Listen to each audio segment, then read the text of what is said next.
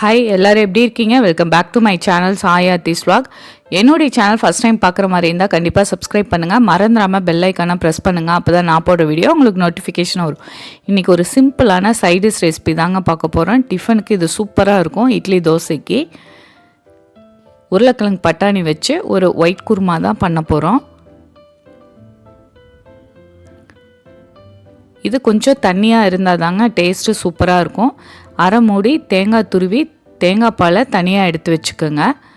உருளைக்கிழங்க உங்களுக்கு தேவையானது கட் பண்ணி வேக வச்சு தனியாக எடுத்து வச்சுக்கலாம்.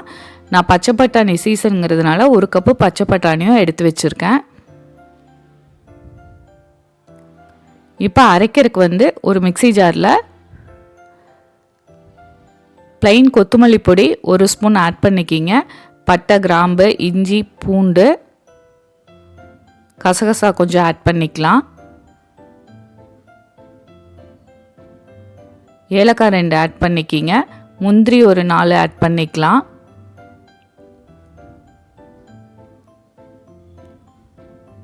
சோம்பு அரை ஸ்பூனு.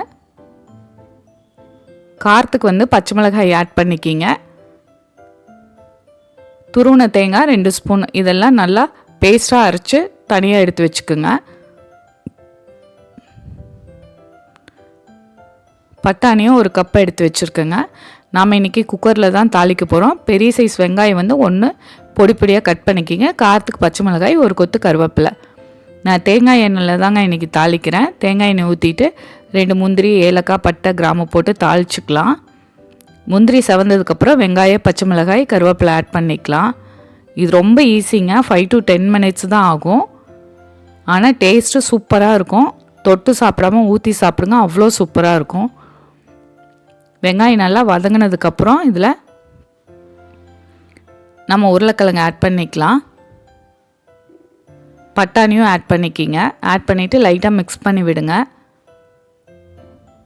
தேவையான அளவு உப்பு ஆட் பண்ணிவிட்டு நம்ம அரைச்சி வச்ச பேஸ்ட்டை இதில் ஊற்றிக்கலாங்க.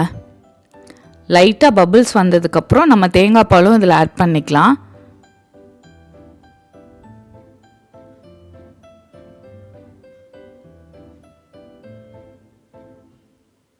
இதில் தேங்காய் பால் ஆட் பண்ணிவிட்டு லிட்டை போட்டு ஒரு விசில் விட்டு எடுத்திங்கன்னா சூப்பராக வீடே கமகமன் மணக்குங்க. அவ்வளோ சூப்பராக இருக்கும். நம்மளோட உருளைக்கிழங்கு பட்டாணி குருமா ரெடி ஆயிடுச்சு. கண்டிப்பாக ட்ரை பண்ணி பார்த்துட்டு உங்கள் ஃப்ரெண்ட்ஸ்க்கு ஷேர் பண்ணுங்கள்.